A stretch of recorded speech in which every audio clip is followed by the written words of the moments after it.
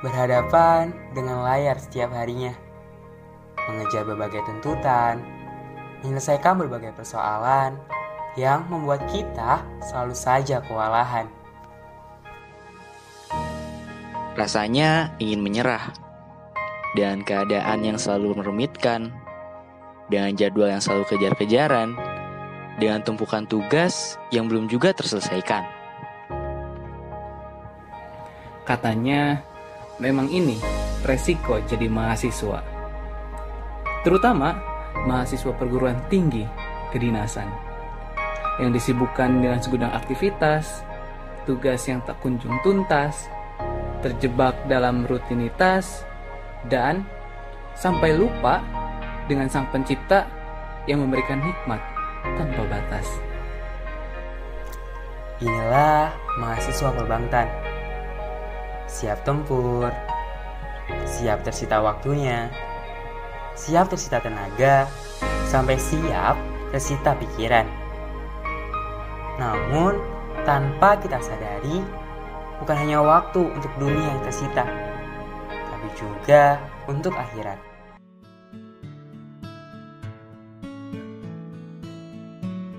Bismillahirrahmanirrahim. Assalamualaikum warahmatullahi wabarakatuh.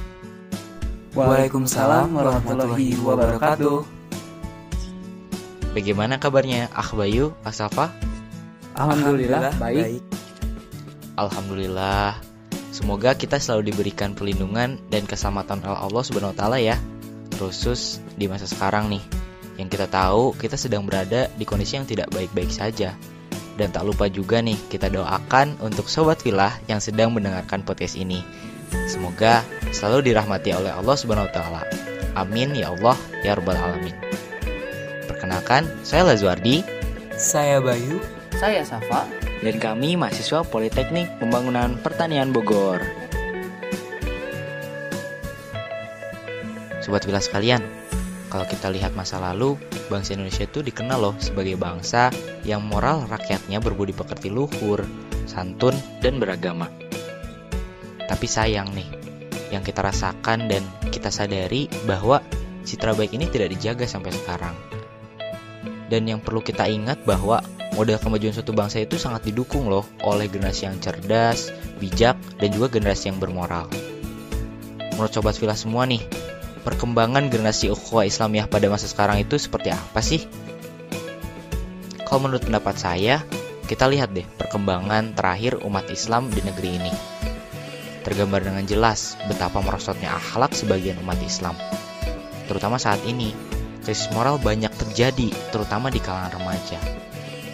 Generasi muda sekarang itu banyak yang sudah istilahnya tercengkram dengan fenomena pergaulan bebas, atau yang kita kenal dengan istilah free lifestyle.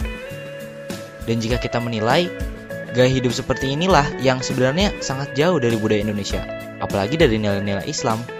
Dan pada akhirnya, lambat laun generasi muda kita itu terjebak dalam krisis moral ini. Tentu kita tidak mau dong membiarkan kerusakan moral dan akhlak ini terus berlanjut.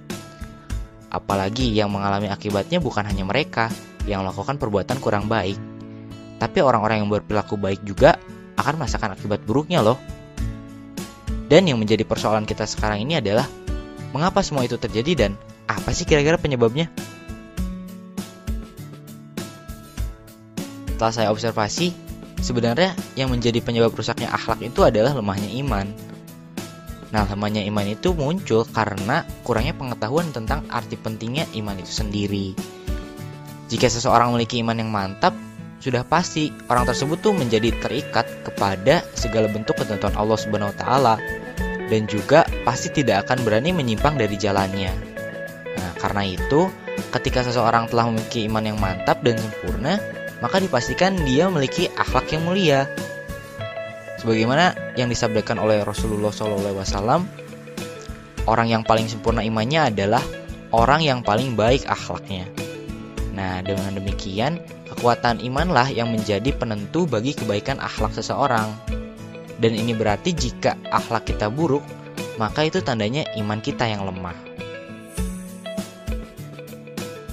Dan penyebab rusaknya akhlak yang lainnya adalah lingkungan yang buruk. Hal ini memang kita rasakan bahwa sebuah lingkungan itu sangat besar pengaruhnya bagi manusia. Lingkungan yang buruk itu dapat berpotensi mengubah seseorang menjadi orang yang buruk, dan begitu juga sebaliknya. Kalau kita ibaratkan, lingkungan kehidupan manusia itu adalah teman pergaulan. Karena itu kita dituntut bergaul kepada orang yang lebih baik daripada kita, supaya mendapatkan kebaikan dari orang itu juga. Dan seandainya nih, jika kita mempunyai teman yang kurang baik, malah seharusnya kita harus berniat untuk memperbaiki teman kita ini, agar dia tidak terpengaruh lagi oleh hal-hal yang kurang baik. Dan hal ini juga berkaitan dengan firman Allah dalam surat At-Taubah ayat 119, yang terjemahannya adalah, "Hai orang-orang yang beriman, bertakwalah kamu kepada Allah, dan hendaklah kamu bersama orang-orang yang benar."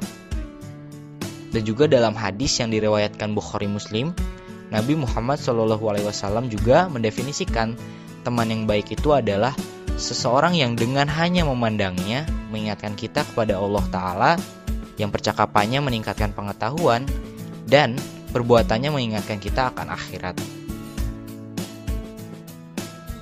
Menurut Sobat Villa semua nih, bagaimana sih membangun sebuah hubungan pertemanan yang baik? Kalau menurut saya ya, kita tuh harus memiliki tujuan dan kemampuan untuk menjadi seseorang yang disebutkan pada maksud hadis riwayat Bukhari Muslim tadi. Kita bisa mendapatkan pergaulan dengan orang-orang yang soleh jika kita secara teratur datang ke masjid contohnya untuk sholat dan kegiatan-kegiatan keagamaan dalam sebuah organisasi. Salah satunya adalah Lembaga Dakwah Kampus Al-Muta'alim Polbangtan Bogor. Hah? Dakwah? Masih zaman emang dakwah saat ini? Sepertinya, kalau mendengar kata dakwah, kesannya itu seperti gimana gitu ya? Seperti, apaan sih kuno banget? Aduh, males banget dengerin narasi panjang, pasti ngantuk banget. Percuma aku dakwah, aku kan belum sempurna. Pasti jamaahnya orang tua semua, males ah, dan masih banyak lagi. Yap, benar sekali. Kita, sebagai manusia, memang tidak ada yang sempurna. Tapi bukan menjadi alasan untuk tidak berdakwah. Kalau dakwah harus menunggu menjadi manusia yang sempurna, sepertinya sampai kita di liang lahat pun kita nggak akan pernah berdakwah. Dakwah itu bukan sekedar narasi panjang, bukan juga yang hanya mampu berdiri di atas mimbar. Dakwah itu kegiatan yang bersifat menyeru kebaikan. Di pos-pos yang bermanfaat termasuk dakwah kok. Dan ada yang lebih penting selain narasi panjang di atas mimbar.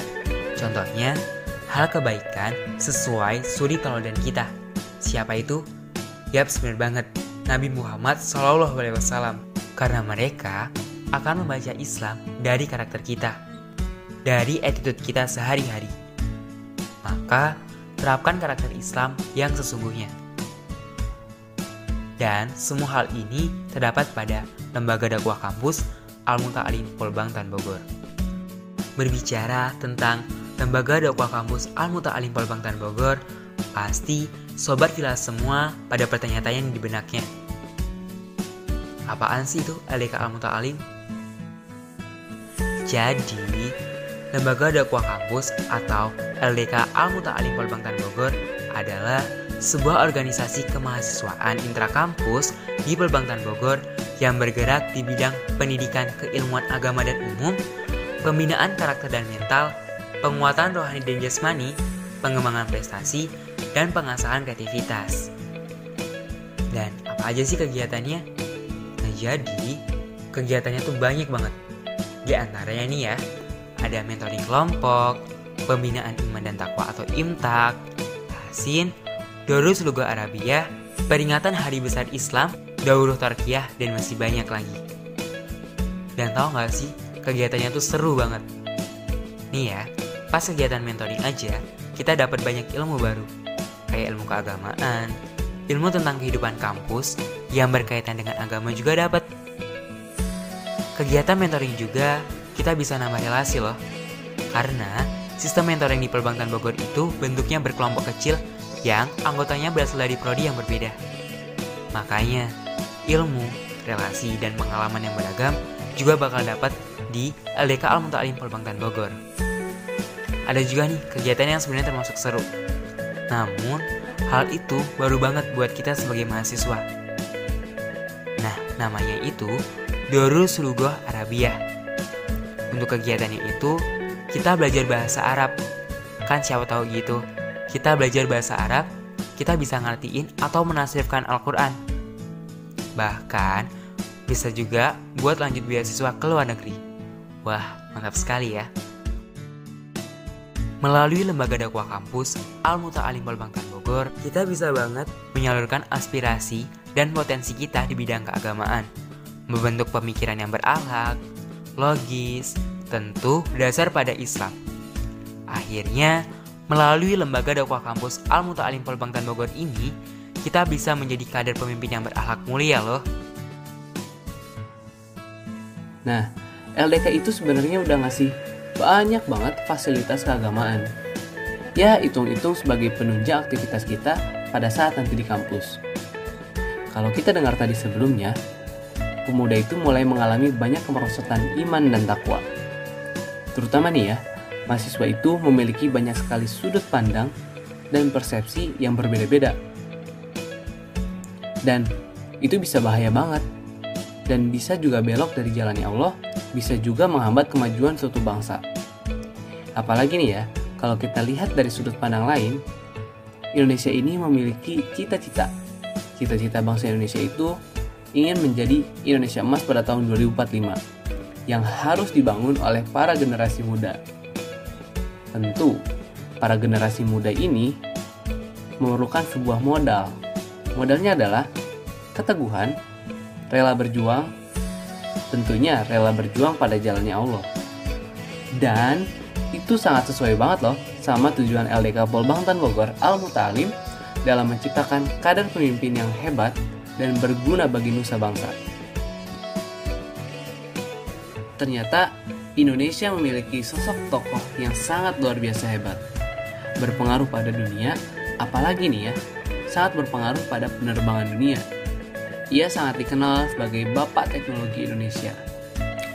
Siapa lagi kalau bukan Presiden kita yang ketiga, Republik Indonesia, Eyang Baharudin Jusuf Habibie. Nah, beliau lahir di Parepare, Sulawesi Selatan pada 25 Juni 1936. Eyang B.J. Habibie ini tumbuh menjadi seorang intelektual yang sangat cerdas, jenius, tapi juga religius. Sebagai Muslim, beliau juga sangat senang membaca Al-Quran. Dan dia melakukan semua kegiatan ibadah, baik wajib maupun sunnah. Nah, hal ini harusnya menjadi contoh bagi generasi muda, karena dalam penerapannya, keilmuan saja tidak cukup, tetapi attitude dan agama itu harus ditegakkan. Agar kita sebagai generasi muda itu bisa menjadi pelita di masa depan, bisa berguna bagi bangsa Indonesia. Sobat Villa sekalian, gak kerasa nih kalau kita udah banyak banget ngebahas pengalaman dan ilmu kehidupan. Walaupun kita harus berpisah saat ini, walaupun kita terpisah oleh waktu, jadikanlah ilmu yang kita dapat hari ini sebagai teman hidup kita. Intinya sih, sebagai mahasiswa itu kita harus tangguh, jadikan agama sebagai acuan hidup. Intinya juga, kita sebagai generasi muda harus tangguh juga, jadikan agama sebagai acuan hidup. Kita pamit undur diri. Saya Safa. Saya Lazuardi. Saya Bayu. Pergi ke kampung jalannya terbelah. Pohon jatuh, awas menimpa. Jika ada salah, maafkanlah. Wassalamualaikum dan sampai jumpa. Jazakumullah khairan katsiran. Wassalamualaikum warahmatullahi wabarakatuh.